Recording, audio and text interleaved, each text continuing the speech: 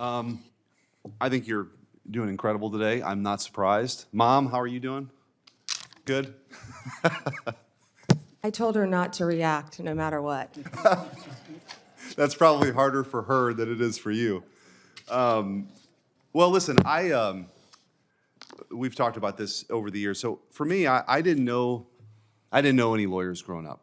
I'm trying to think when I actually met a lawyer in my life. I grew up in a really blue collar neighborhood, but I was attracted to the law because I felt like it gave guardrails for people to pursue their dreams, right? That you would be on equal footing. And I think that your fights for the little guy, I referenced this in the opening statements, are admirable. And you got some questions earlier about, are you willing to stand up against corporate interests, or are you willing to fight back? I mean, I think you've demonstrated that, right? I think we did it together when we were attorneys general as well. Yeah, your client is the people, and it's your job to fight for them, because in these jobs, especially even a local prosecutor, I think is even more appropriate scenario. There's only one local prosecutor. There's only one prosecutor in that county. So it's interesting when we have these discussions about some of these prosecutors across the country, and Senator Hawley and I know there's been a couple in Missouri, and they're all around. When they decide not to charge violent criminals, there's nobody else who can do that. There's nobody else that can do that. One of the things that when I was Attorney General we were able to do when President Trump was in office, sadly the Biden administration dropped this effort, was we had assistant AGs deputized as assistant U.S. attorneys to help fight violent crime, to add capacity.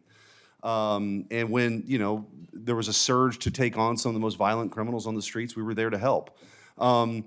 Those are the kind of partnerships I'm guessing that you'll look towards, right? To get back to the core mission of taking on violent crime and fighting for the little guy. So I wanted to give you a little bit of an opportunity to talk about that, and also sort of what's your vision? You're answering a lot of questions. What's your vision for the department?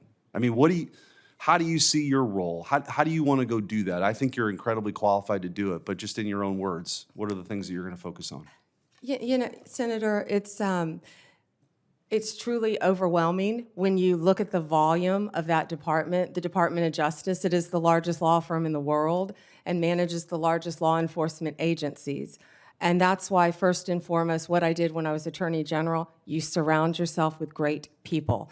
And that includes Gail Slater, that includes my Chief of Staff, if I am confirmed, my deputy, and so on and so on, and work from there, but look at each and every department. And I don't know if one department is more important than the other, but I will work very hard every day. And as Senator Welsh had said, it's not only fighting crime. I think that's just first and foremost on Americans' minds right now. But that's why there is an entire huge civil division that falls under the Department of Justice to protect consumers, to do the antitrust cases, to do all the Medicare cases, to do all of the other cases.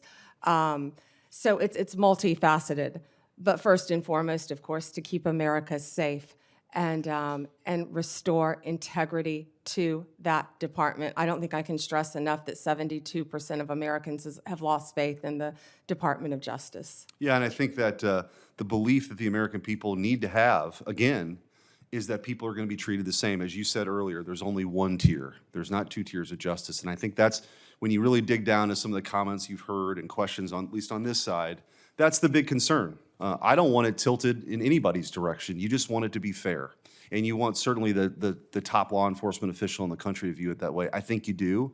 And I think your history, your qualifications, your demeanor, your character warrant a bipartisan vote. I hope you get it. I really do. You deserve it.